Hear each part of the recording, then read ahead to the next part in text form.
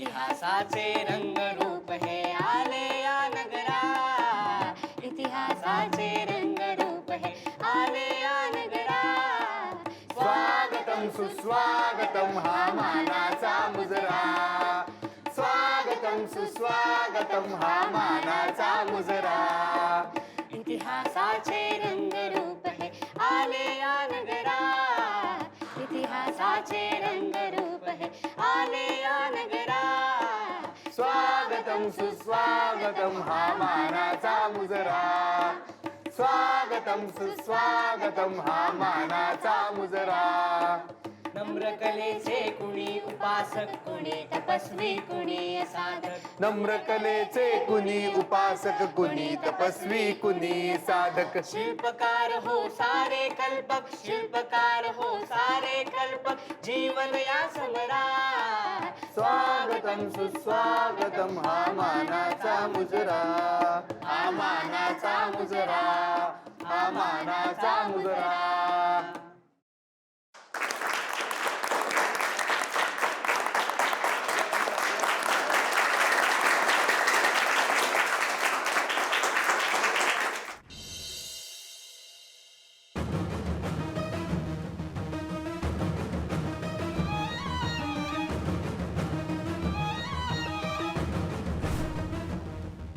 काय भानगड आहे ही?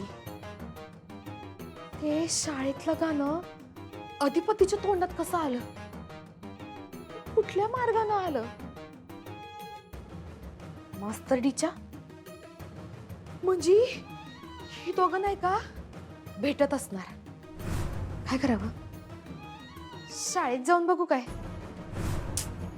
मास्तरनी तर शाळेत येऊ नका सांगितलंय. पण तिनं असं का सांगितलं असेल? मी शाळेत गेले तर माझ्यावरच संशय येईल. Thank you Akshara madam. तर यावर्षी आपल्या शाळेत ज्या मैदानी स्पर्धा झाल्या त्यात 100 मीटर धावण्याच्या स्पर्धेमध्ये रिद्धी महाले प्रथम आली आहे.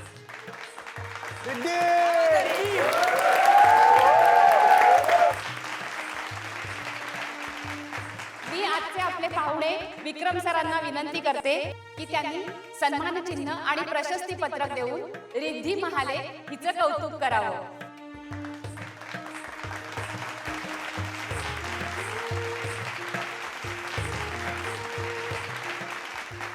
खो खोच्या स्पर्धेमध्ये 6वी अ चा विद्यार्थी मंथन खानविलकर याची राज्यस्तरीय युवा गटात निवड झाली आहे.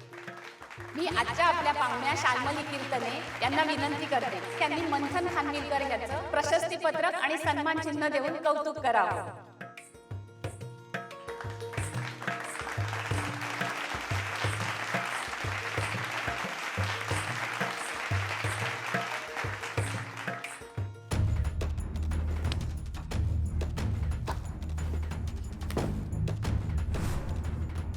शाळेचा आणि अधिपतीचा नक्कीच काहीतरी संबंध आहे.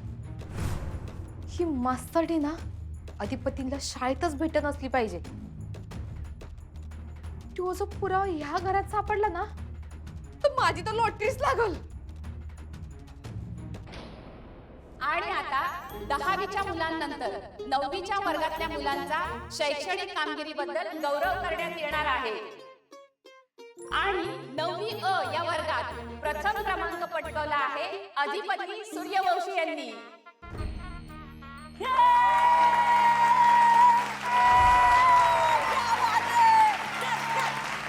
थांबा. मी अक्षरा मॅडम यांना विनंती करते की त्यांनी अधिपती सूर्यवंशी यांना सन्मान चिन्ह आणि प्रशस्ती पत्रक देऊन त्यांचा गौरव करावा.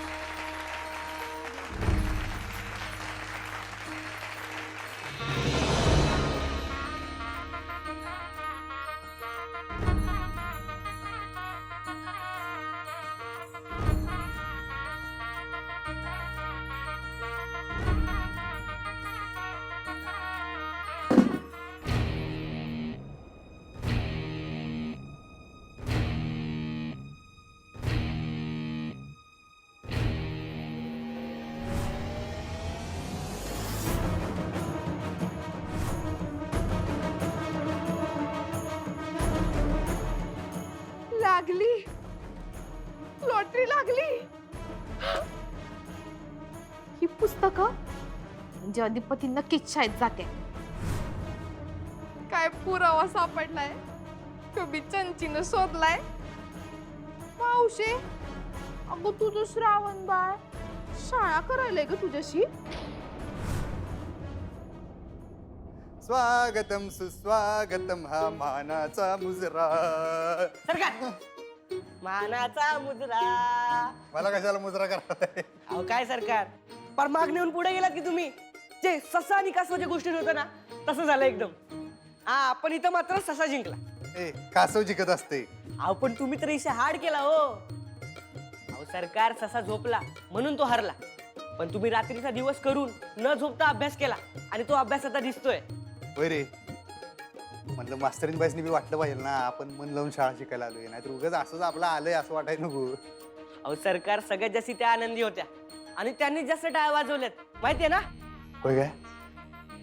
हे बर हे घे. काय मला कशाला? असू दे, घरला घेऊन जा. अहो मला काय खूप वेळ लागलाय का? तुम्हाला मिळालं ना बक्षीस, तुम्हीच नाही. ए तसं नाही, मी घरात ठेवणार कुठं? कोणी बघितलं तर होईल बोंब. माझी बी शाळा बंद होईल आणि तुमची बी शाळा बंद होईल. शाळाच बंद होईल. बरं बरं.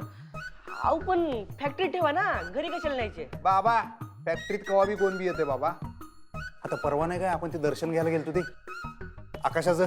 हा हा. त्याच्यानंतर मी फॅक्टरीत गेलो. फॅक्टरीत आईसा घेऊन बसल्या होत्या एवढ्या रातच्याला. फॅक्टरीत रिस्क घेऊ शकत नाही. माझीच आहे की ट्रॉफी, फक्त तुला सांभाळायला देतो रे. आता घेतली की सगळ्यांसमोर ठेवत तू. असं म्हणताय? मग द्याच. हा, अशीच तुम्ही बक्षीस मिळवत राहा आणि मला देत राहा. म्हणजे कसं, शर्यत न जिंकताही माकडच पहिले येत राहील. हा? हा म्हणजे मी पहिला येत राहिलो सरकार. चल तुला गोळा खायला घालतो, चल. हा. मावशी, थोडा येड आहे का? बोल. आता तुला मी जी बातमी सांगणार आहे ना, त्याला भूकंप येणार आहे.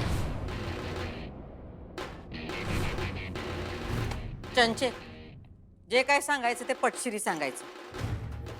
अधिपती शाळेत जात्या.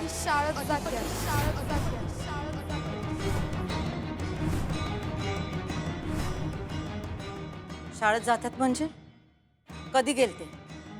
अगं गेलते नाही, जात्यात. अधिपतीनी ऍडमिशन घेतले.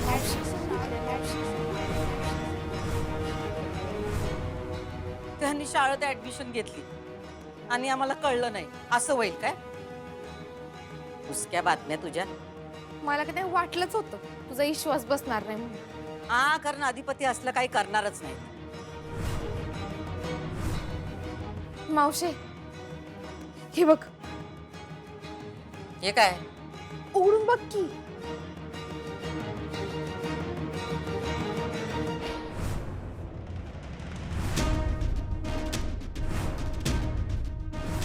अधिपती सूर्यवंशी?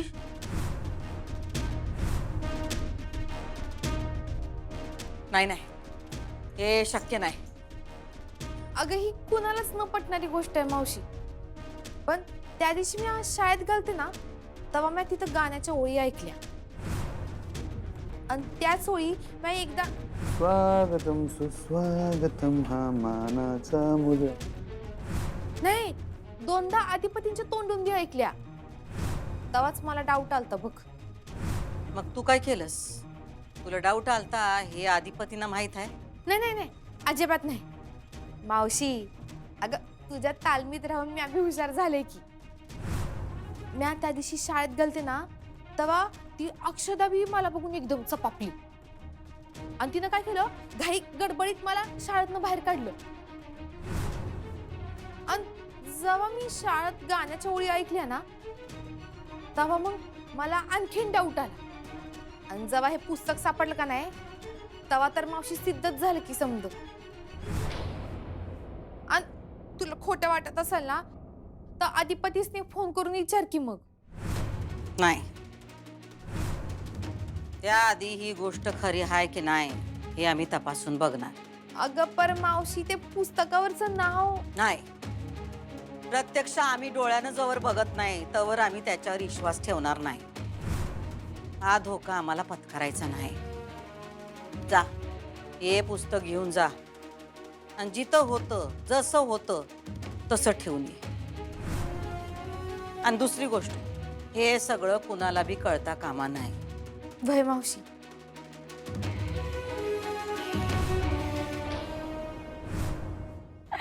आणि मी विचारलं ना कोणाला काही प्रश्न आहेत का, तर सगळ्यात आधी ह्यांचा हात वर. बरं, आणि प्रश्न पण कसे विचारणार? त्यांनी एक प्रश्न विचारला, त्याचं मी उत्तर दिलं की त्या उत्तरावर एक प्रश्न, मग मी त्याचं उत्तर दिलं की त्या उत्तरावर पुढचा प्रश्न. आणि काय होतं ना, सगळ्या वर्गाचा वेळ वाया जातो. म्हणजे एकाच विद्यार्थ्याला जास्त लक्ष दिल्यासारखं होतं ना. त्यामुळे मी सांगितलं, आता बास, आता प्रश्न विचारायचे नाहीत, वर्गाचा वेळ वाया जातो. तर त्यावर पण त्यांनी आयडिया शोधून काढली. म्हणजे त्यांचं डोकं कसं चालतं बघा. म्हणजे काय बोलले भाऊजी? मला असं म्हणाले की आपण एक्स्ट्रा क्लासेस घेऊया. वा, असे हुशार आहेत ना. हा, आता हुशार बायकोचा नवरा हुशारच हवा ना.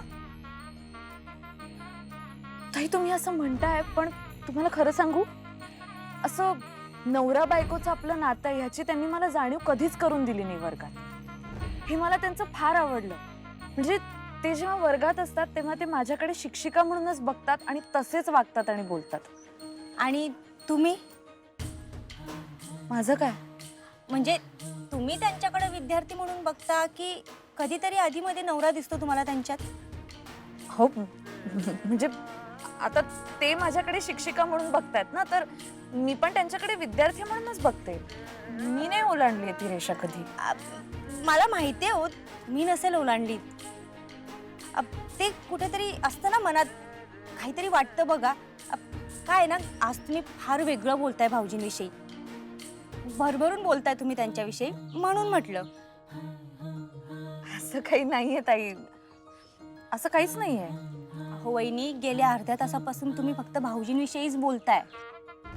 आणि तुमच्या लक्षात आलंय का, मी मगापासून कितीतरी वेळा विषय बदलतीये, पण तुम्ही फिरून फिरून परत त्यांच्यावरच येताय.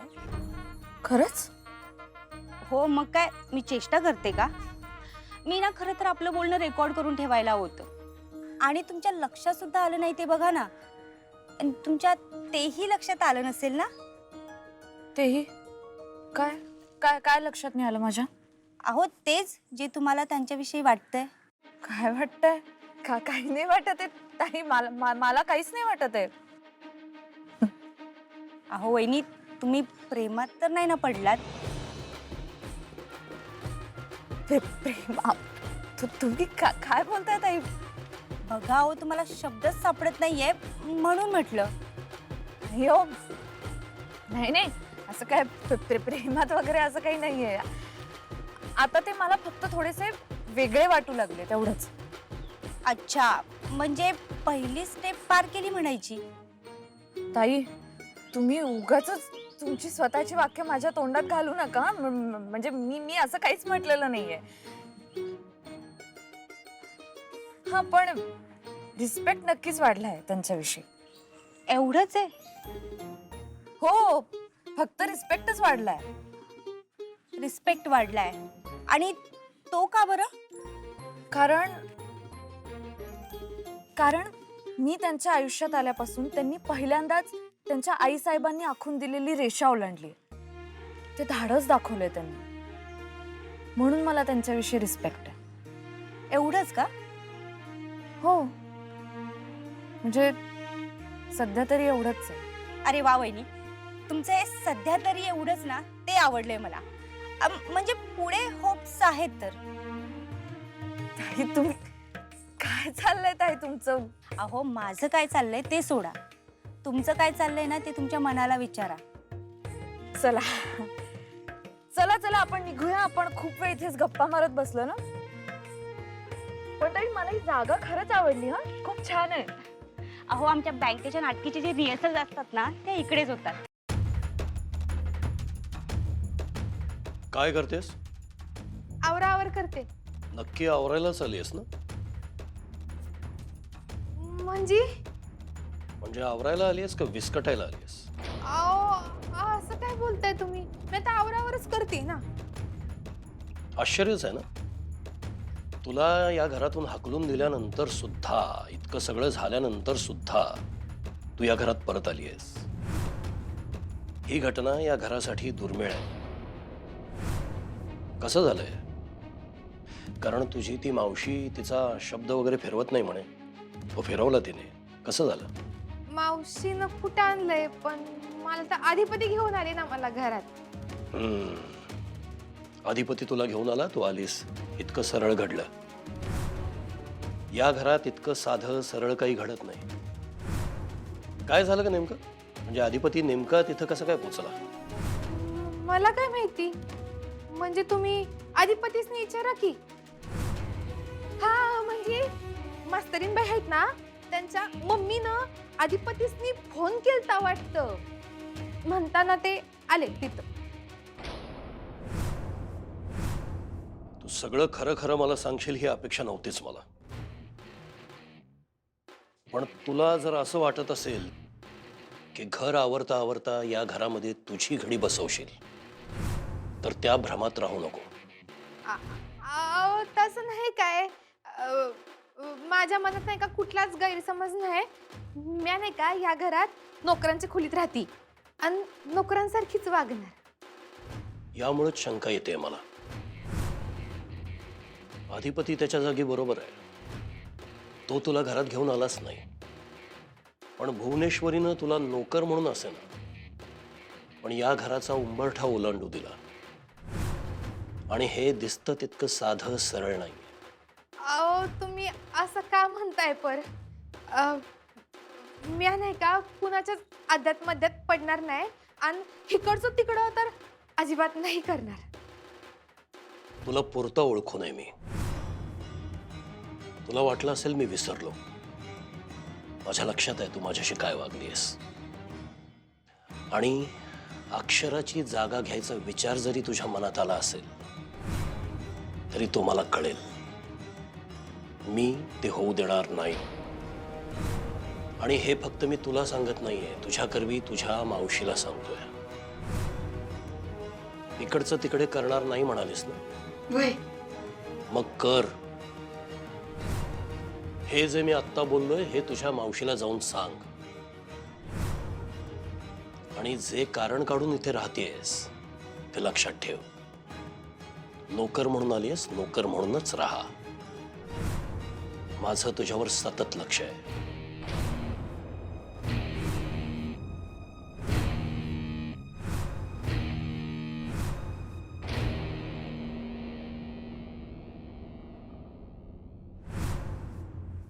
अहो वहिनी थांबा ना थोडा वेळ. अहो नाही, मी निघते. मला घरी पण जायचंय. आई बाबा परत काळजी करत असतील ना. खूप वेळ झाला. अहो भाऊजी तुम्ही काय करता इथे? वहिनी तुमच्या तिकडे घरी गेलतो, घराला कुलूप होतं. म्हणताना म्हणलं इथं बागेत तुम्ही आहे का बघावं. तर काय नाही जातो मी. ओंक्याचा फोन झाला काय? माझा फोन उचलत झालाय ओंक्या. म्हणताना म्हणलं. नाही माझाही काही फोन झाला नाही अजून. हा नाही माझं जरा काम आहे अर्जंट म्हणून सांगा. त्याचा जर फोन झाला तर. काय? अहो पण काय काम आहे म्हणून सांगू त्यांना? त्याला सांगा ते जरा ह्याचं तुम्ही सांगा की मी बोलतो त्याच्या संग. काय अर्जंट आहे एवढं सांगा फक्त. आणि जातो. काय नाही जातो मी. काय ते असं चोरी पकडल्यासारखं का वागत होते? म्हणजे चोरी कसली? नाही म्हणजे ते असे गडबडीत निघून गेले ना. अहो तुम्हाला बघितलं ना त्यांनी अचानक. त्यांना माहित नसणार की तुम्ही माझ्यासोबत आहात. आता अचानक तुम्ही दिसला म्हटल्यावर गडबडणारच ना ते. आणि शिक्षकाला बघून विद्यार्थ्याचं असं होणारच की हो. हा नाही पण म्हणजे त्यांचं काम नक्की ओंकार भाऊजींकडेच होतं ना की? अहो मग माझ्याकडे काय काम असणार ना त्यांचं. ओंकारकडेच असणार. आता तुम्ही ऐकले नाही का ते बोलले ओंकारला फोन करायला सांगा म्हणून? ठीक आहे ठीक आहे. पण बघा ना कसे वेळेत आले ते. वहिनी तुमच्या दोघांमध्ये काहीतरी आहे हे तुम्हाला मान्य करावंच लागेल. ताई तुम्ही ना उगाच आमच्यात मध्यस्थी करण्याचा प्रयत्न करू नका. चला निघते मी.